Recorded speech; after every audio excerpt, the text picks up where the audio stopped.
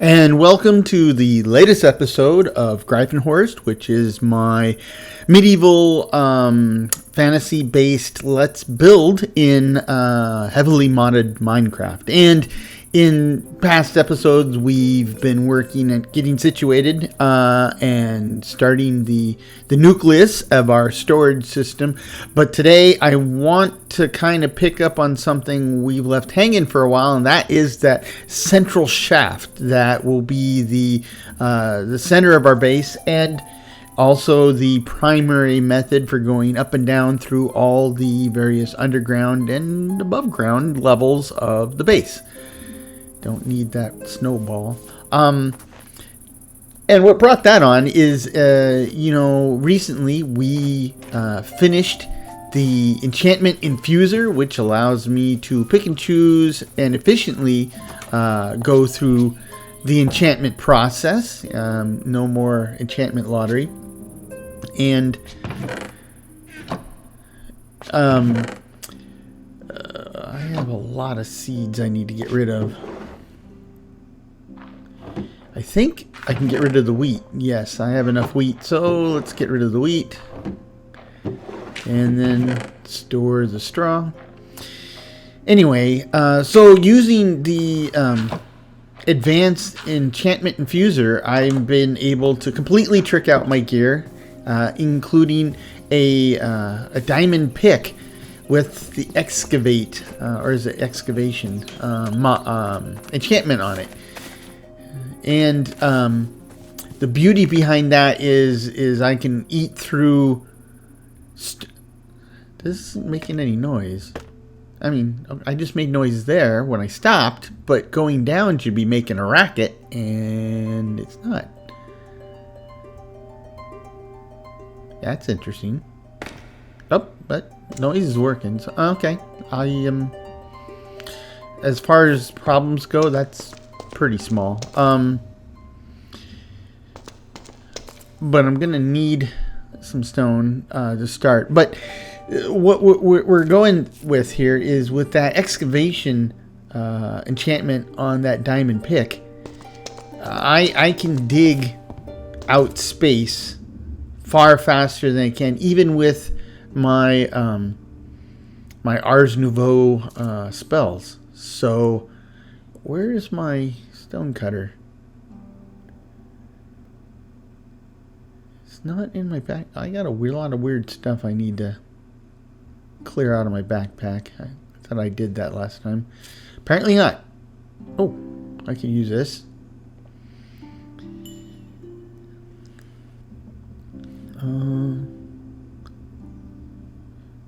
And there's my stone cutter. Okay, good. Pop it over here in the corner. Anyway, the central shaft's important for getting up and down, and the worst part of digging out the central shaft is the digging part, right? It just takes a lot of time trying to find blocks that will be useful for this. And there we go. Oh. Okie dokie. Engage. Yes, as excavating, not excavation. Okay. So, see that? I mean, that the my Big B's Paxel spell that I made using Ars Nouveau. That's fast, but it's not that fast, right? This is like almost 9 times faster.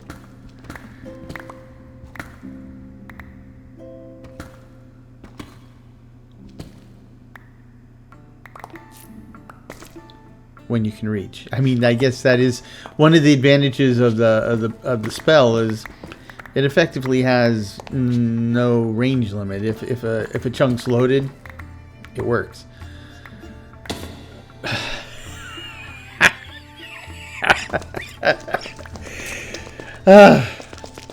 Yeah, I just got all excited.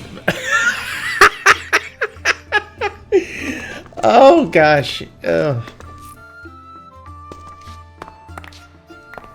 Okay. That is not cool. Just, you know, kind of like a puppy, just so focused on what's in front of me, just forgot to, I don't know, look both ways before crossing the street type of thing. So, oh yes, if you use the Big Beast Paxel spell almost immediately after using the pick with excavating on it, it will excavate as well. It's, I mean, maybe it's worthwhile to try some combination. See, maybe I can figure out the exact pattern so that I could use a combination of pick and spells. The question is, an interesting question is if the excavating part works, right? That's one of the enchantments on the pick. I wonder if the fortune part of the pick also carries over. That would be very interesting to know. Unintended consequences. Technically a glitch, but kind of a happy one. Most of the time glitches are bad, okay? So let's see. I do like how excavate will ignore blocks that aren't directly applicable to that tool. Like I could use a pickaxe, a normal pickaxe, to break down scaffolding, right? But the pickaxe isn't the primary tool for scaffolding. So when I'm using excavate around the scaffolding, you can see that it nailed the stone blocks, but it didn't touch the scaffolding. So it's like, oh, very nice. Kind of makes it easy to get those hard to reach places.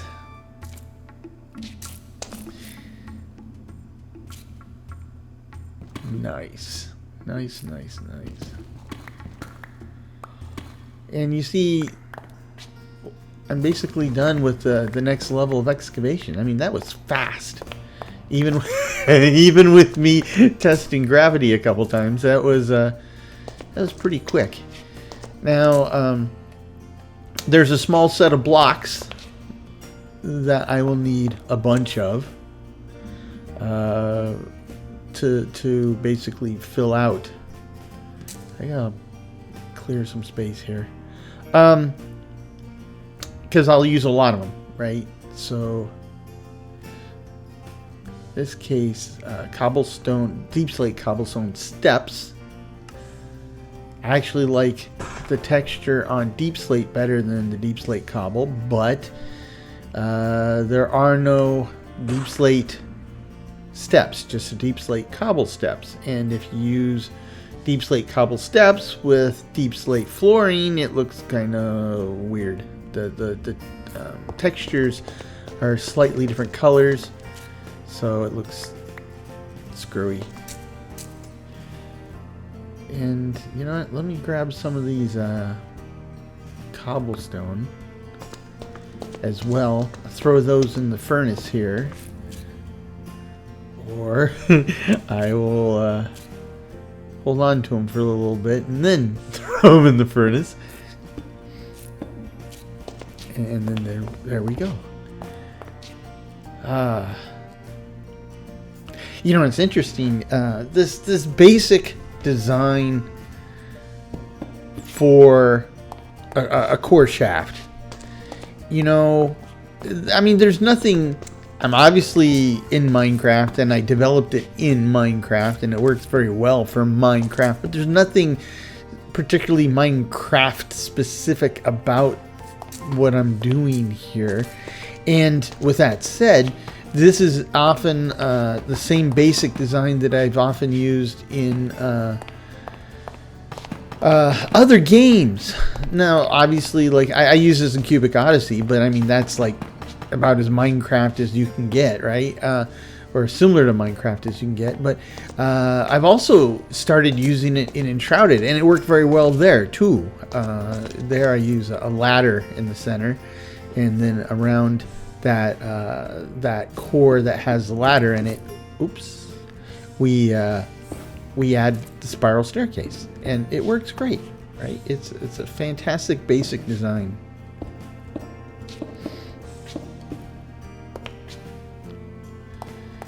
Very universal.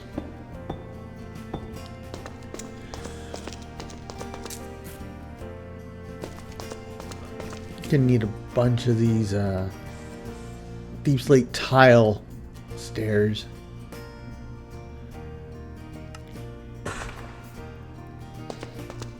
I really like the deepslate tile texture. Well, again, this isn't these aren't the vanilla textures, so I really like the deepslate tile textures in this texture pack, which is the Lithos HD texture pack. 32X. I love this texture pack. It's awesome. What I would eventually like to do, with apparently the unlimited free time I anticipate, is to kind of expand using the lithos as a guide, an inspiration, if you were, to improve and the textures and the resolution of other items in game, like say create or some of the other mod packs I have, so that they all kind of better match. There's so if you go out there, you can find Minecraft texture packs with textures that go all the way up to I think 512, right? 512 by 512, which is insane, right? I mean, the textures at that point are photorealistic, but then it kind of all breaks down because you're still living in a world of blocks. So you have something that strives to look hyper realistic, but is still broken up into a world of blocks, and it looks kind of wackadoodle. So I think the 32X is an excellent compromise, right? It's still blocky, to be sure, but not, well, I guess it is kind of cartoony, but just less cartoony, right? You can achieve, I think it's the minimum resolution you can achieve somewhat photorealistic results with, right? I mean, this is not photorealistic, but it is a whole lot closer than vanilla, right? And the goal is not to be completely photorealistic, not my goal at least. The goal is just for it to look good, right? I think this looks good. A similar game that handles that well. Where's the deepslate? Oh, it is there. This is the cobble lodestone texture, and that's what I'll use for my lighting. So I'm going to need more cobblestone because I'm going to need to make stone bricks with these. Which means I'm going to need to put them into the furnace. I thought I'd set up andesite already in here, but apparently not.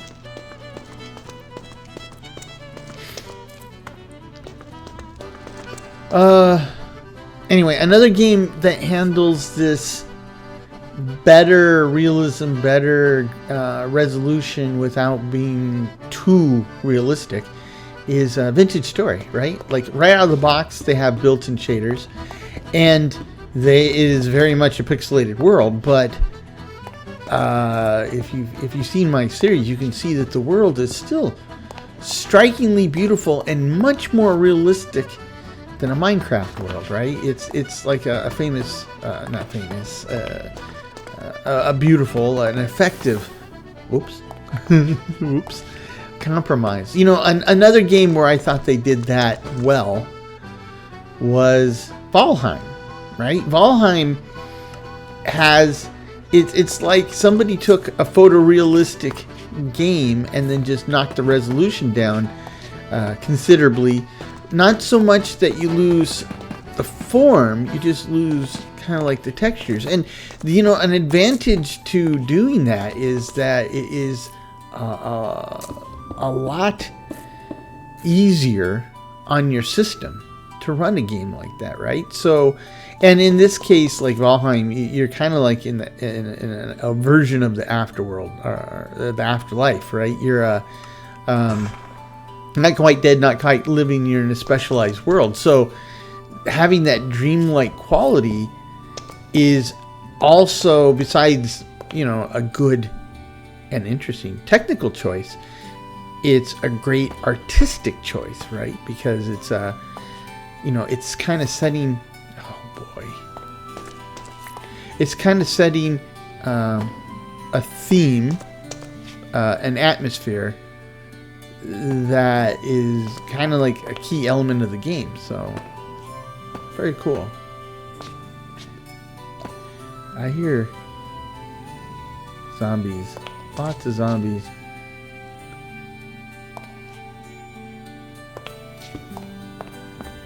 They congregate, they pool.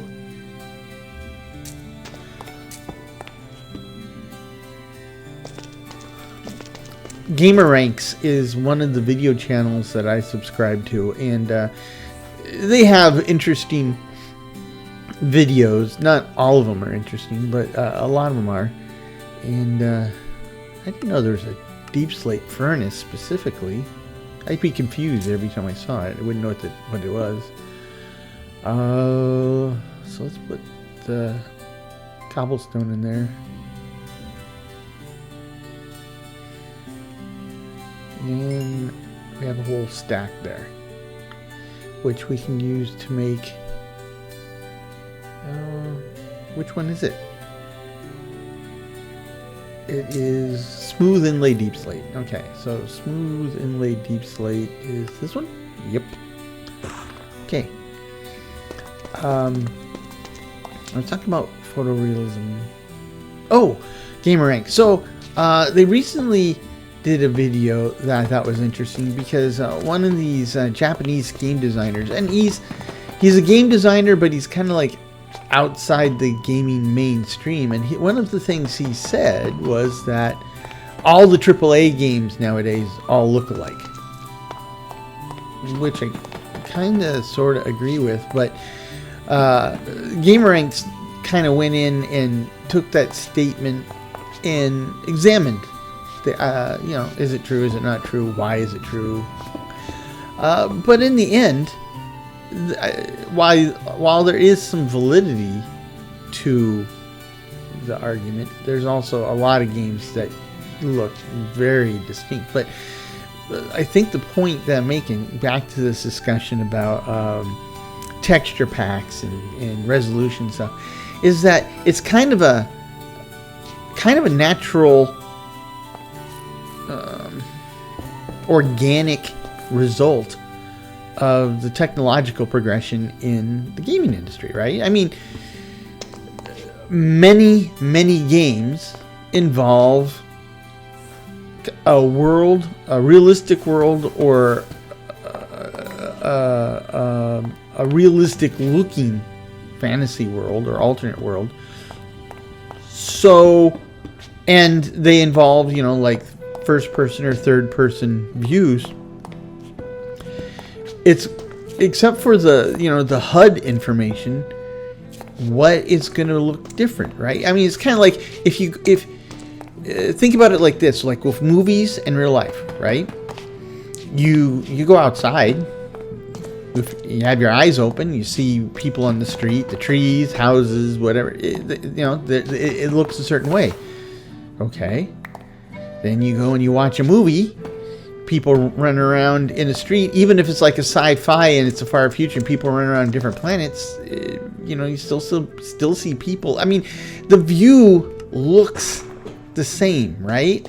And I think that's kind of like where we are with gaming is that graphics have gotten good enough that if you're simulating people doing something in a natural environment, every game that has people doing something in a natural environment from a first person or third person view is probably going to look pretty similar. That's the nature of that, right?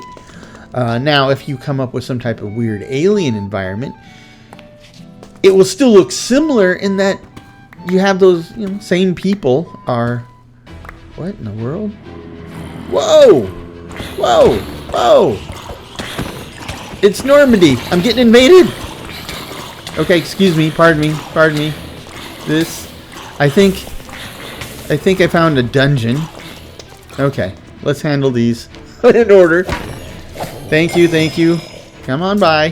Thank you. Okay. Ah. That was fun. Oops. Knock that off. Let's switch to guns here.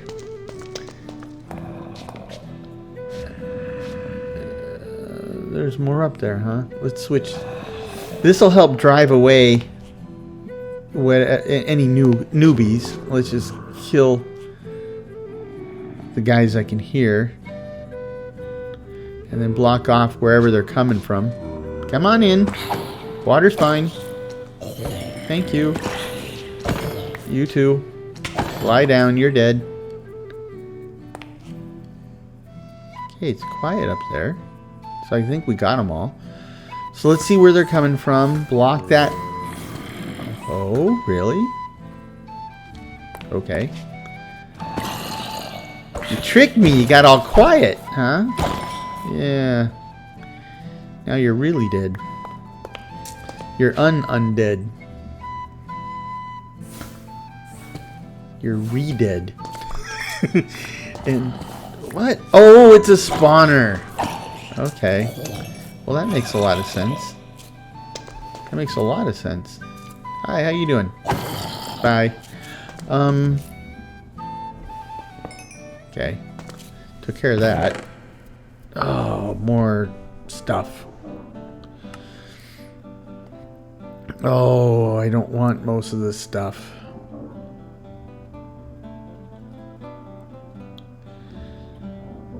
Oh.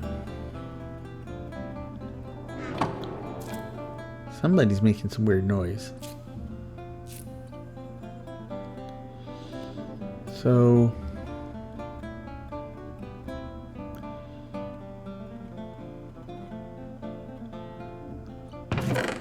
let's grab it all, because I gotta remove the chest.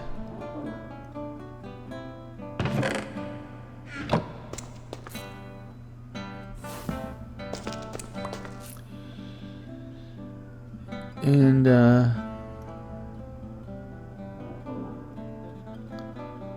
let's see,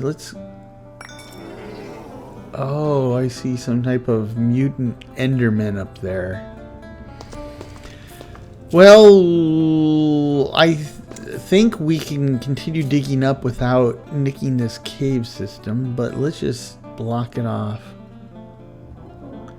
At least keep the spiders out, or a creeper getting close and trying to blow me up through the wall. Whew! That was exciting.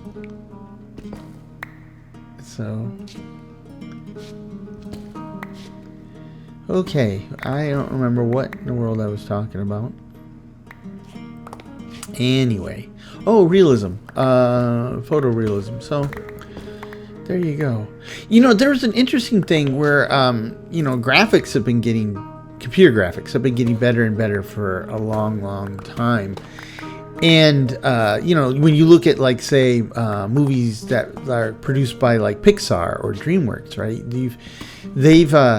They have the technology and the technical horsepower to create, digitally realistic movies. I mean, you actually see that in movies like Avengers, Marvel Cinematic Universe, where there's computer generated graphics that it's indistinguishable from the real thing. So you could do that, but the problem with a movie completely generated like that is they've done studies and they show that if computer generated images are too realistic, and people know that they're computer generated images, people get kind of freaked out by them, right? As opposed to if a computer generated image can be realistic but still clearly be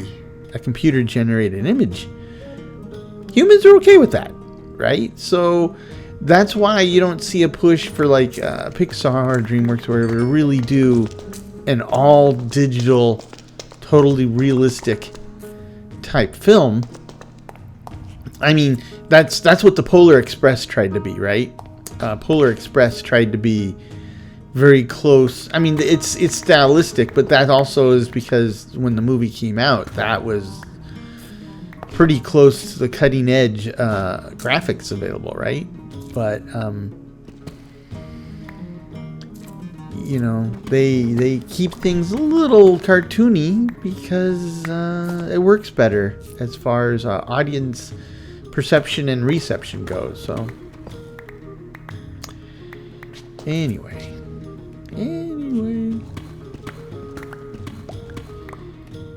it's just interesting, so then that brings us to the idea of digital imaging, right? Digital image mapping. I was telling people years ago, right, that we would eventually get to the point where we would be, actors would, the use of actors would be different than they've traditionally been, right? Because, in movies, since the beginning of movies, since the beginning of performing, you had an actor that performed the role, right? And for the course of the performance, the actor was the role. Now, then you kind of get into this weird situation, like say with the James Bond films. Oh boy, got company.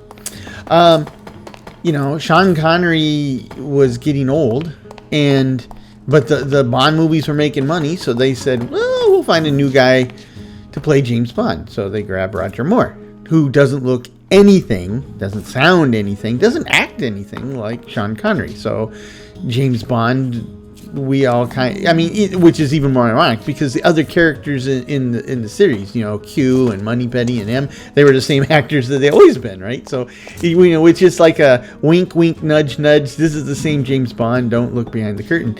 And then of course, Roger Moore retired from James Bond, and so then we go through a whole bunch of James Bonds. The Timothy Dalton, the Pierce Brosnan, the all those guys, and ending with Daniel Craig, and now he's out. So, but with the digital mapping, at some point you could basically say, we define who James Bond is, what he looks like, whatever. You have an actor, and you say, this guy is definitive James Bond. So we basically scan this guy, his body, his looks, his whatever.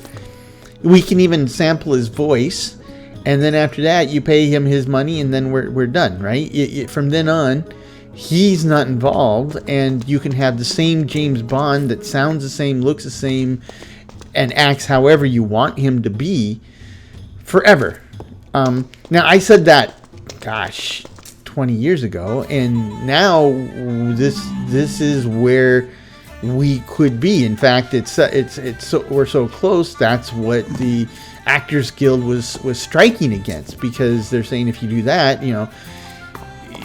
like you could essentially, somebody like a Julia Roberts or a Arnold Schwarzenegger that makes multiple tens of millions of dollars for a movie performance, you could pay them a fraction of that and be done. And of course, you probably wouldn't, because you would probably still pay them the big bucks to get them. They have that name recognition. But like for all the everyday little actors, absolutely, you could totally rob them of their livelihood. And you could even take it a step further, which is, with AI being AI now, you can generate an artificial person that has everything you want. So, you know, at this point, you completely cheat the actors. Well, I wouldn't say cheat. You completely cut the actors out of the economics of the business, right? And you know, their acting as a profession would be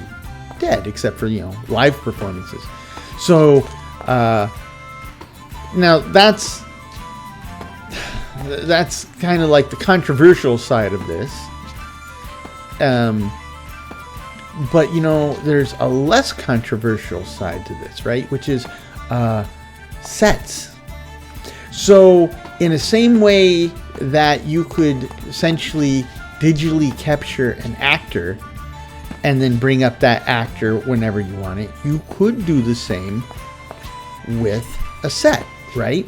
So, like right now, if I wanted to make a movie about that takes place in like 1900 small town USA, well, there is no real life 1900 small town USA anymore. I mean, there's places that are still pretty similar, but, you know, they got modern cars and lights and stuff. It's not the same. You'd have to spend some big bucks to either kind of like backport an existing well-preserved town or build a duplicate replica town to get the scenery you want, right? Okay, but now consider this. We are collecting an amazing amount of information now, like with social media. People are taking pictures and all this, and you could essentially take that wealth of information and reverse engineer a setting that you could then, just like we did with the actor, map into a production. So, you know, like I live in the Seattle area. We got the Space Needle and all that jazz, and there's lots and lots of pictures of downtown and the Pioneer Square, and, you know, the areas around us like Bellevue and stuff. There are you know, lots of information. There's maps. There's photographs. There's 3D renderings and stuff. You could create a virtual Seattle from now and pretty much any point in the future using this data, right? So, like in the future, and it's not just Seattle. I mean, it's other cities too, especially the technologically advanced cities, right? So, like the big ones. So, you know, 50 years from now, they could turn around and do this James Bond movie with their computer-generated, digitally enhanced or digitally created James Bond in a 2020s London based off of data that was captured. And it would be realistic. It wouldn't be, you know, like an artist's conception of 2025 London. It would be 2025 London as it really was. Now that's kind of cool, right? So, and you've kind of seen that already, because, like, you know, I'm sure you've seen that, like, the ads for special. Oops, that's weird. I killed the block and I added a block at the same time. I need to get that back off.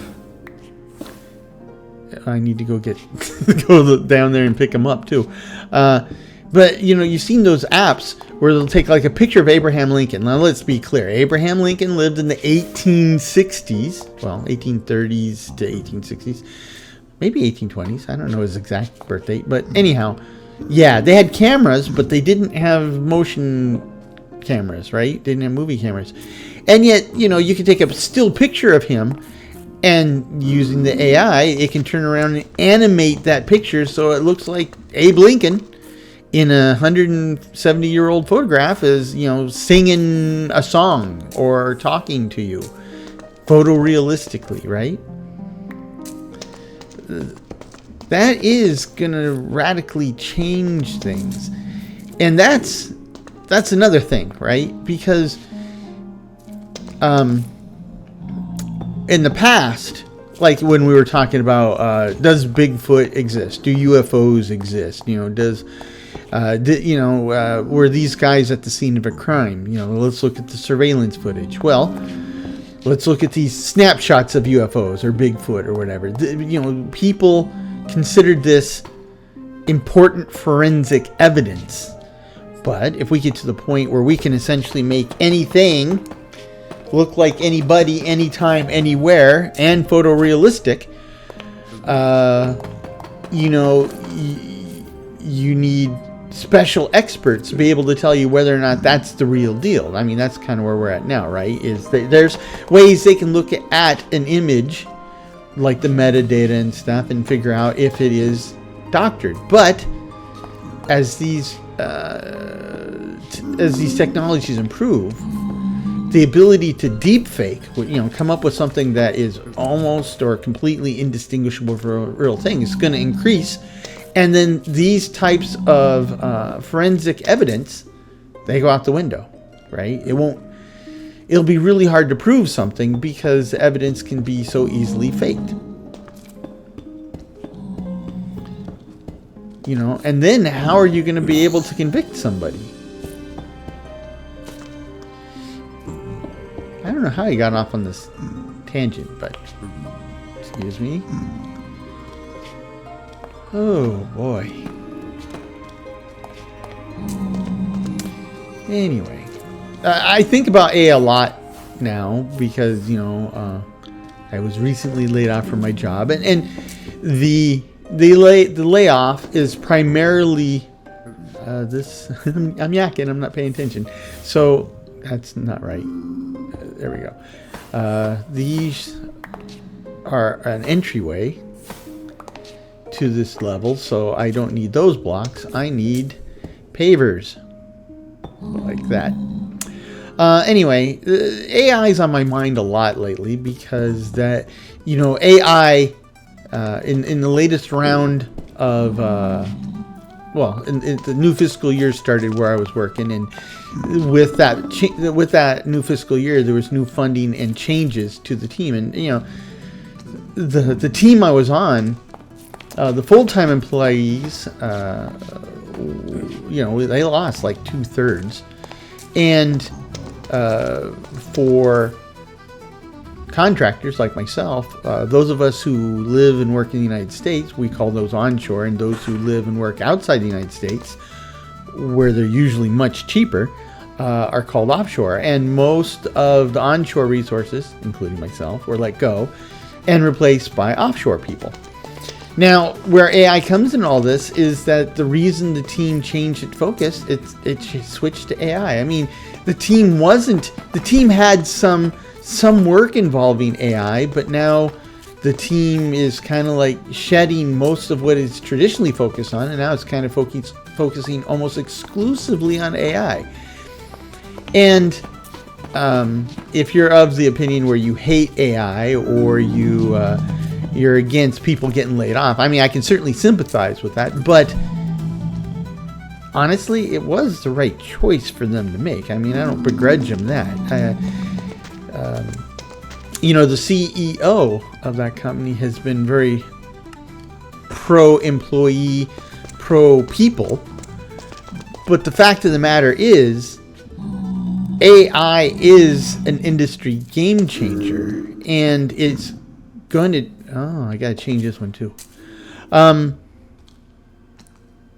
It changes the cost and speed at which you can produce goods and services. So you can certainly stay on the high road and say we're not going to do AI, we're going to value our people, whatever. But I can assure you, not all, not even most of probably few to none of your competitors are going to make the same choice. And as a result, you are going to quickly become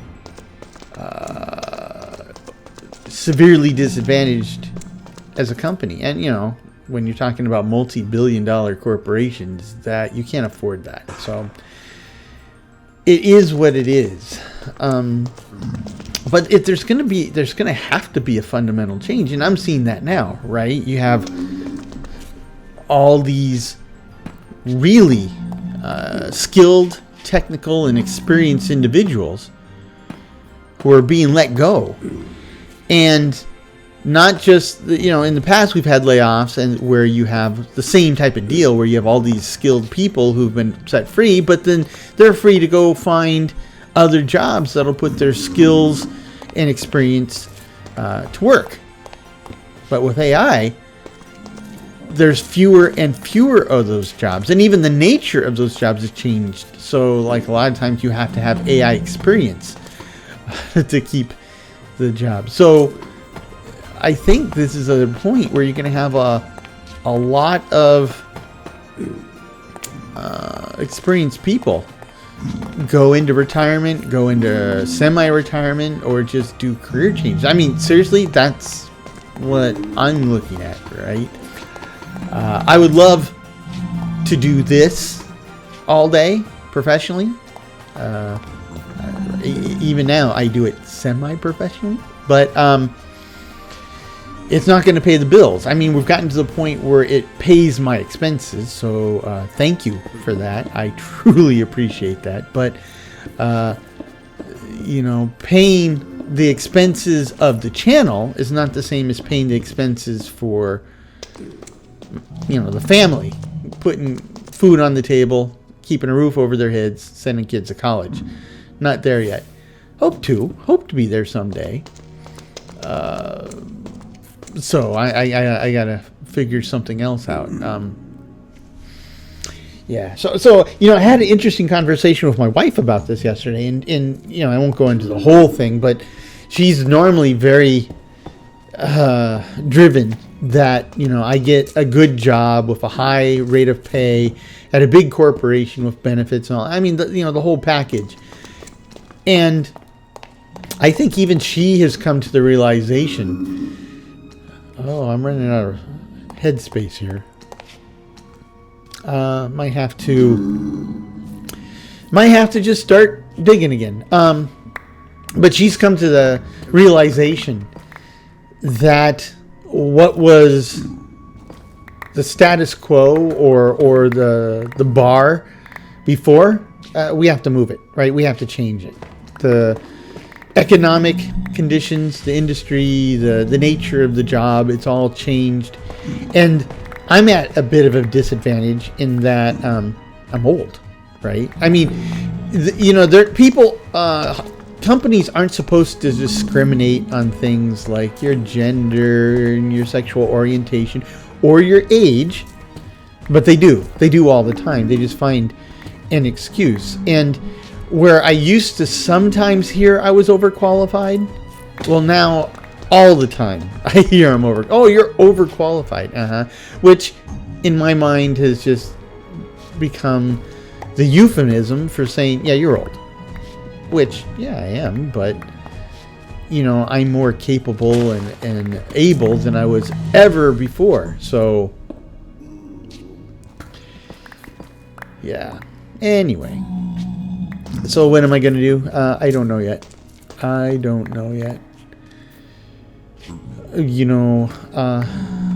There's a lot of possibilities. I mean, I may ditch the traditional job model entirely. I mean, I'm going to keep the channel going regardless. So that's not going away. And like I said, hopefully someday it grows up to a point where I can focus on it full time.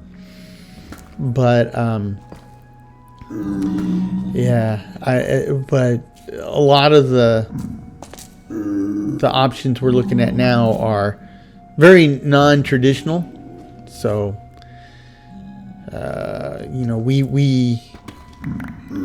we've got some things we've done in the past, and we might be able to leverage some of those into something more full-time. So. But like I told her, one of us needs to have a job with benefits because as you get older, you definitely need that medical and dental. And, doing some of these other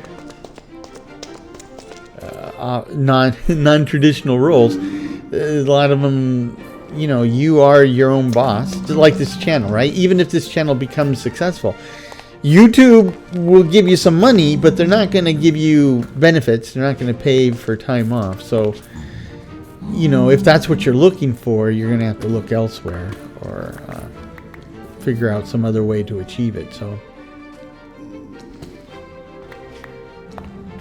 Anyway, I hope the economy is being kinder and gentler to you. But I know, I look at my numbers, and a lot of you are younger folks. So, well, first of all, I apologize on behalf of my generation and the generation or two in front of me that, for the state of the world that we're leaving you, right?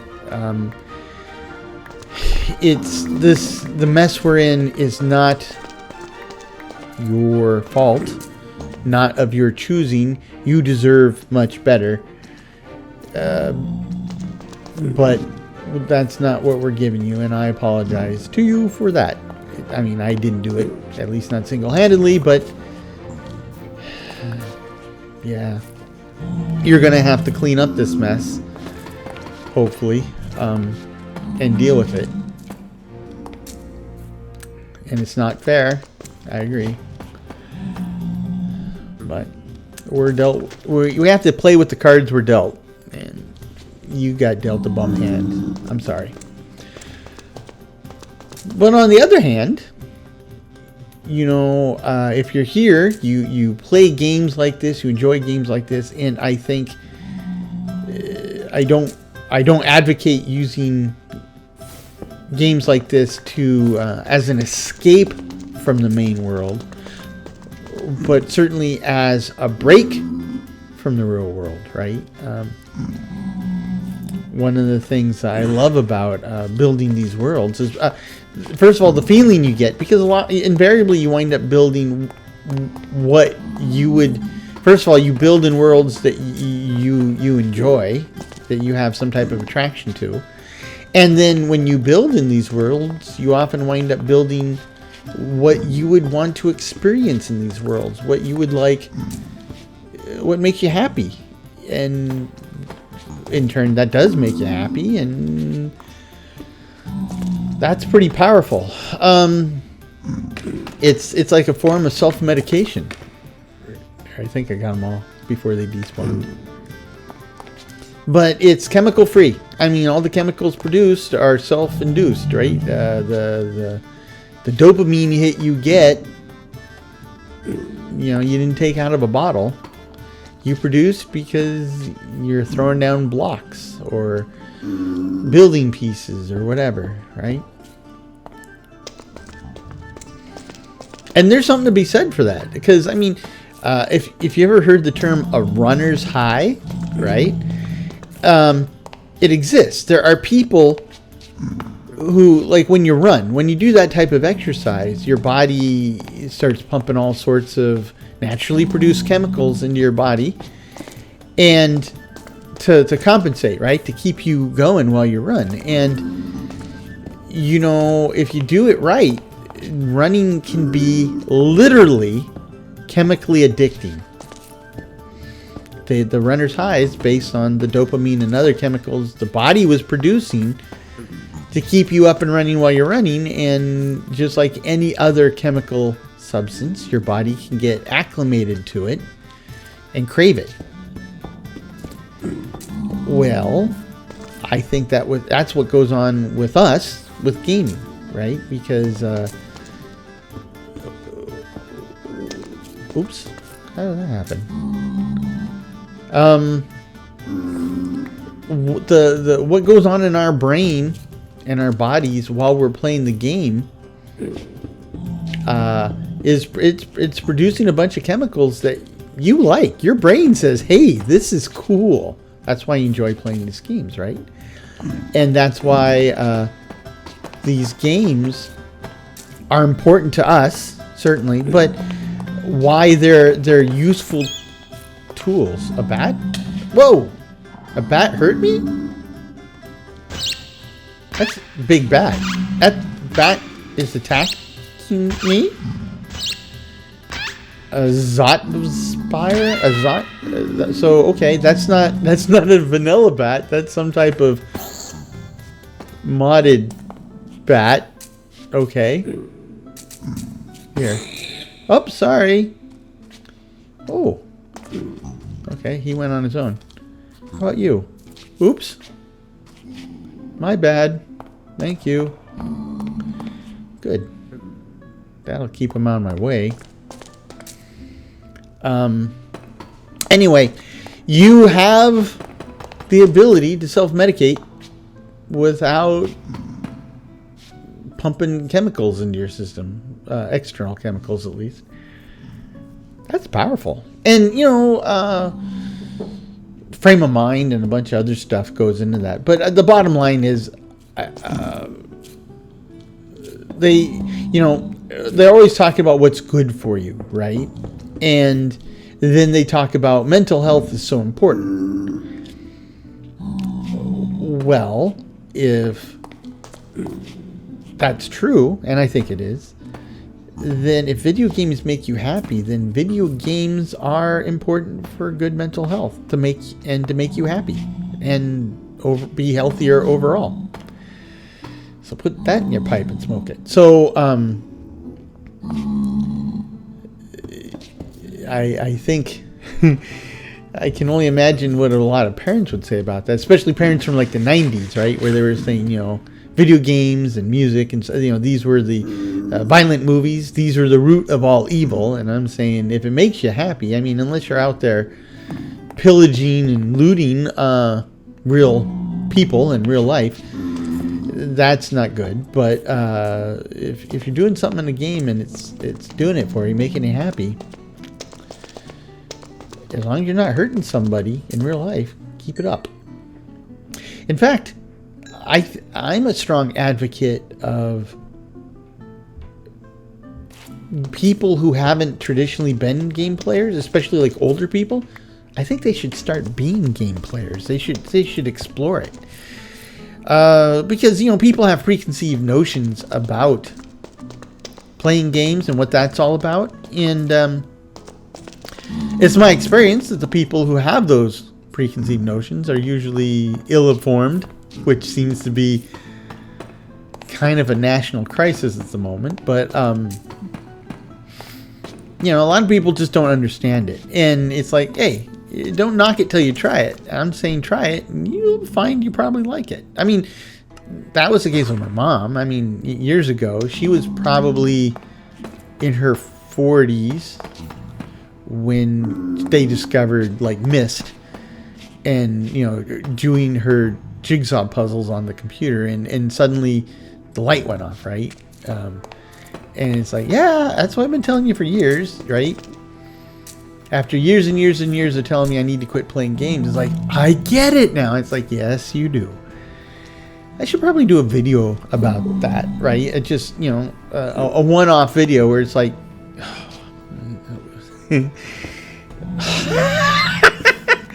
that's not what I meant to do. So here you go. But I should probably do a one-off video where I just say, hey, older guys and girls, hey, older people, if you haven't been playing games or been playing games lately, you might want to rethink that, right? And I've always been an advocate of playing video games over watching TV. Now, don't get me wrong, I watch TV as a movie. I enjoy it. But especially when you get older, right? You want to keep your mind active. And reading books and watching TV can keep your mind active, but it's kind of passive, right? Your mind is taking somebody else's words, actions, plot, and digesting it. Nothing wrong with that. That gets you thinking. But a game, you will take somebody else's scenario, maybe their words and actions, but that's a starting point from which you create, you build, you expand. And I think that's a much healthier exercise. I think that's better for your brain. That's going to keep your brain younger and active a lot longer.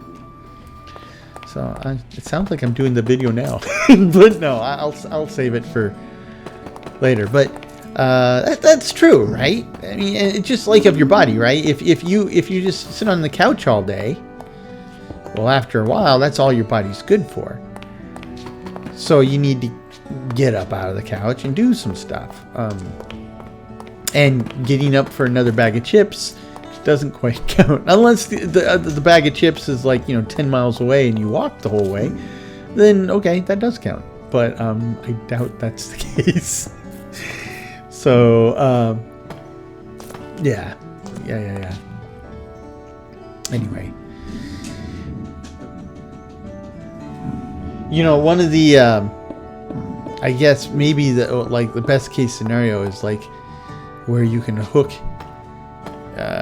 like what is it, a Peloton, where you have essentially a stationary bike in front of a screen, and then with the Peloton, the screen has programs on it where they'll tell you, you have a personal trainer and he's egging you on and all this jazz. I think what they should do is swap out, those videos with, like, make it a computer monitor, right? So you're on the stationary bike pedaling and you're playing Minecraft, right? or something like that. Oh my God, I would have legs like tree trunks, and I could like leap over a building in a single bound type of thing.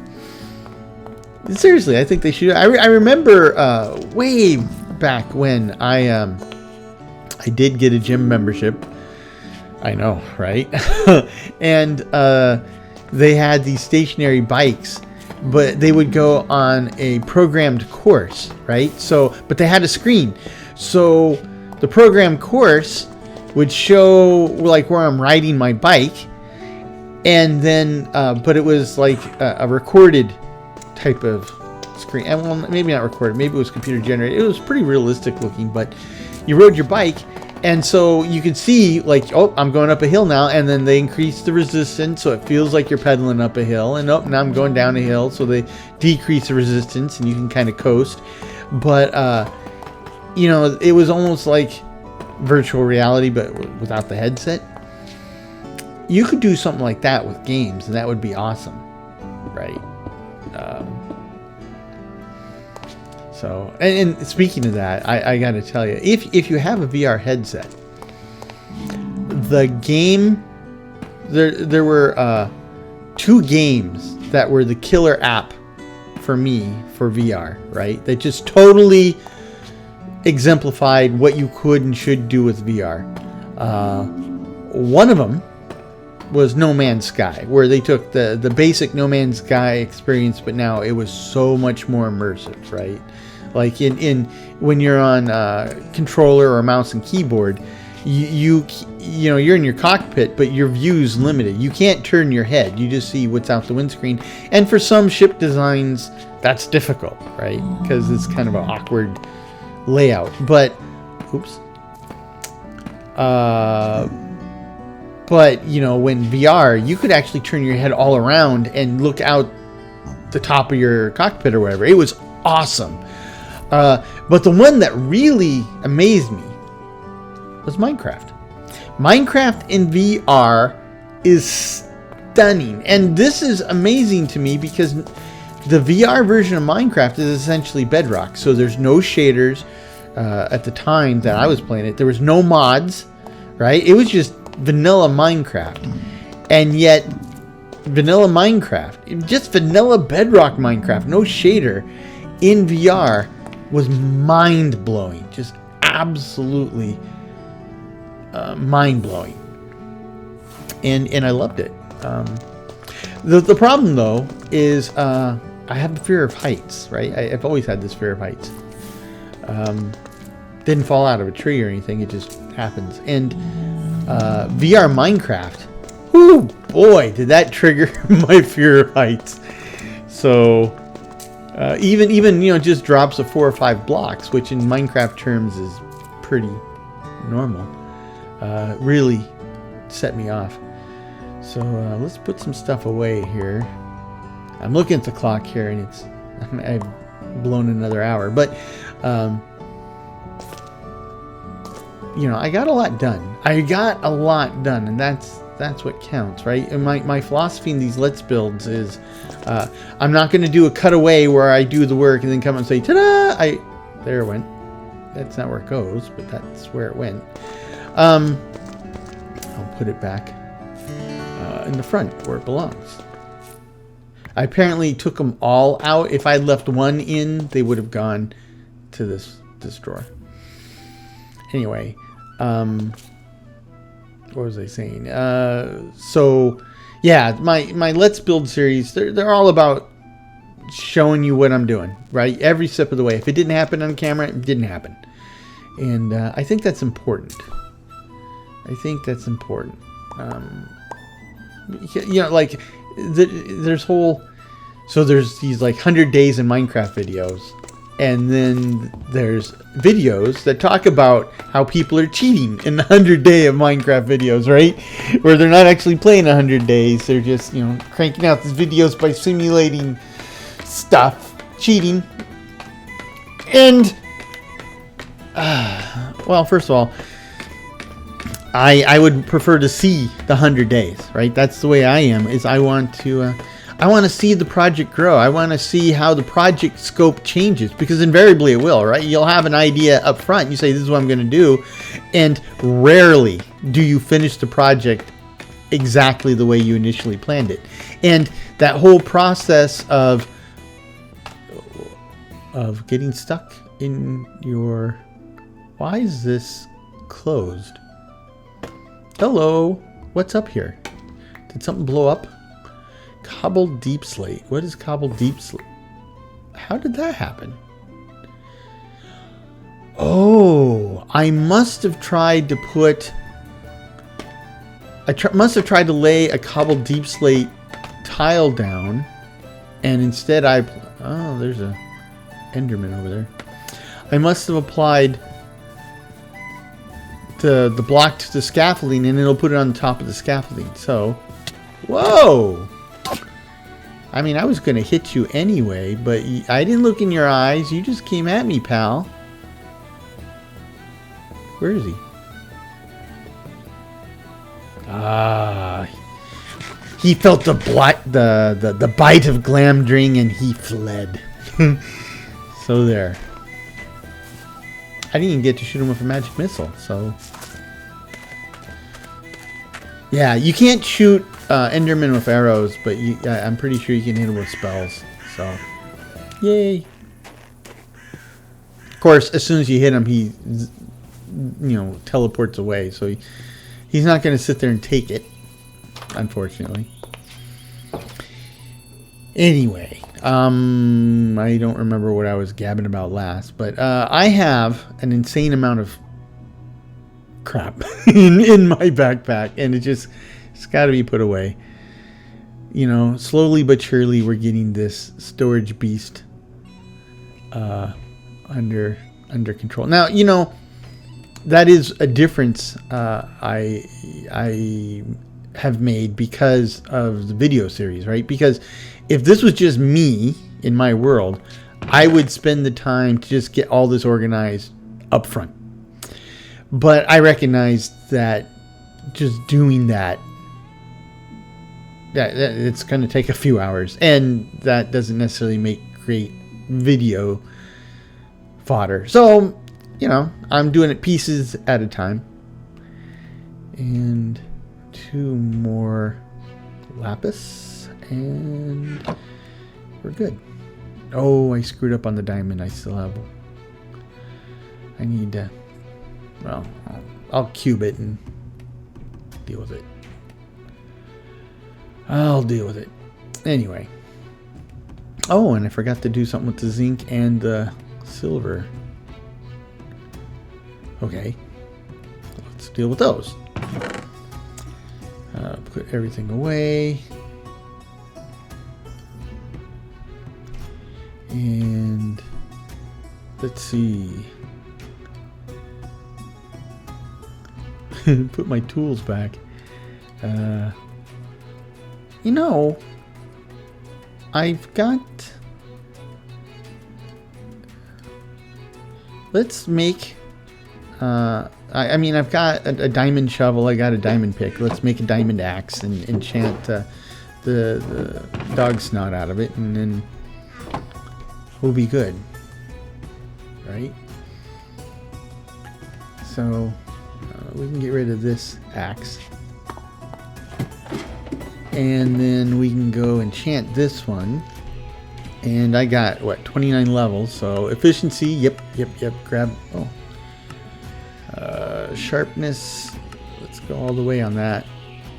Oh, all the way. Knockback. Soulbound, yep. Unbreaking, yep. Well, let's see if we have enough. Fire aspect, sure. I mean, I wasn't planning on using it as a weapon, but who knows? Even vorpal. Don't need reactive. What else? I got one more. I don't know if what I could... I don't know what fortune would give me of an axe with it. So I got... Okay. We'll see. I don't know if any times I'm chopping something down that I get... that fortune would come into play, but... we'll see. We'll see.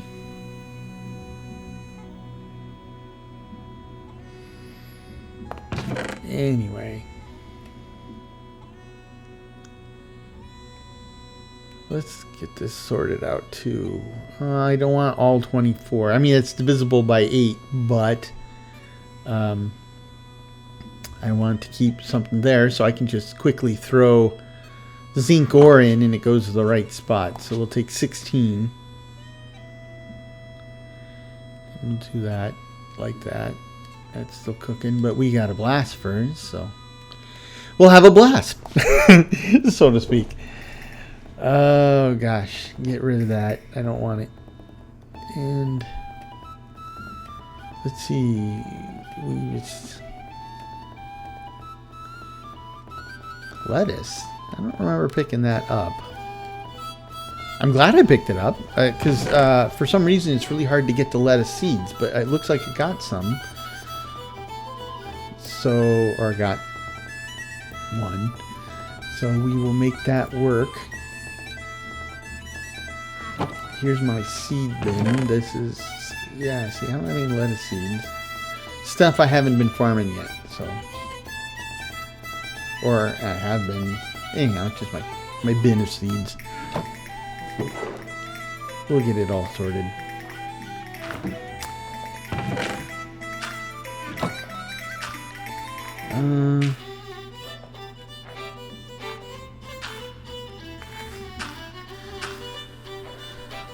There's a lot more that can be done here, but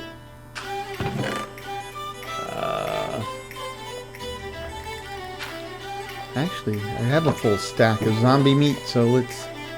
I wonder if that composts. I'm pretty sure I have a mod that will compost it for me. I guess we'll find out.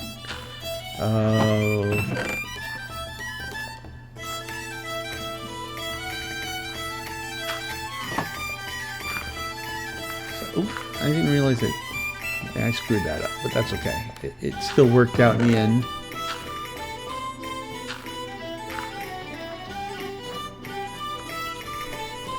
I think I've compressed that as far as I can. Yeah, well, there are compressing storage drawers, and we'll get to those. We're just not there yet.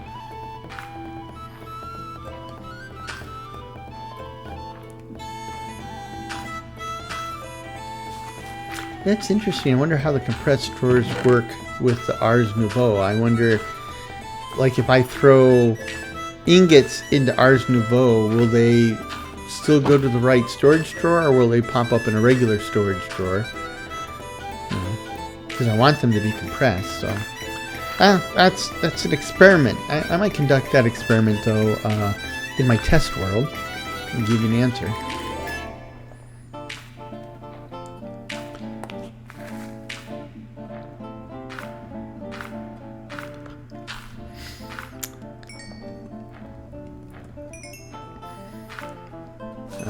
Silver. So the problem with this world is I think I have 3 or 4 different incarnations of silver.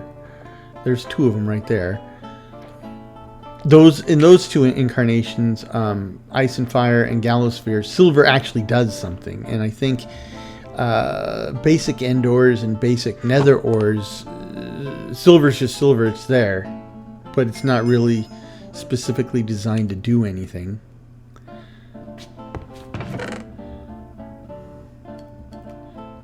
Oh, I made the wrong silver. Oh, did it get stuck? Okay, no, it took the rotten flesh. That's good. So let's change this into gallosphere nuggets. And then we will make ingots again with the gallosphere nuggets. And now we should be good, right? Gallosphere ingots. Which, yep. And then we can make a gallosphere block. No, wrong block. So I need to do it again, but then make sure I pick gallosphere block. And there we go. We're all good. I think that's enough inventory cleanup for now. 48, that's actually a good number. So let's see, make it 54. Nope, that's all of them. And I know I want to keep some ingots in there for easy drop off, but I got some. Here you go. And how about this chalk? I have a chalk box.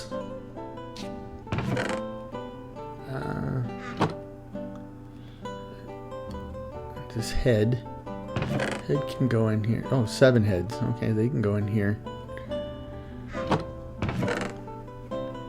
Don't really want to carry 7 zombie heads around. Here, I can fix this real fast too. So we take... Not what I meant to do. So let's put this in my hand. And then... There we go. Recover some leather out of that. Put my spell book back.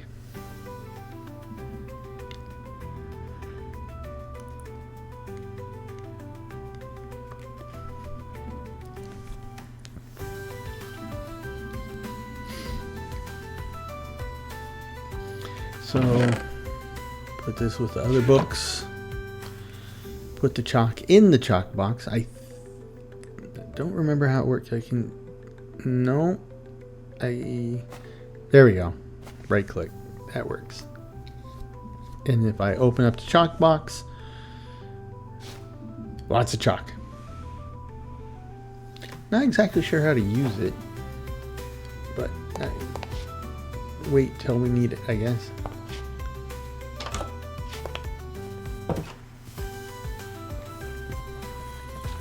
Okay. So, next step. So in this world, like I said, doing this,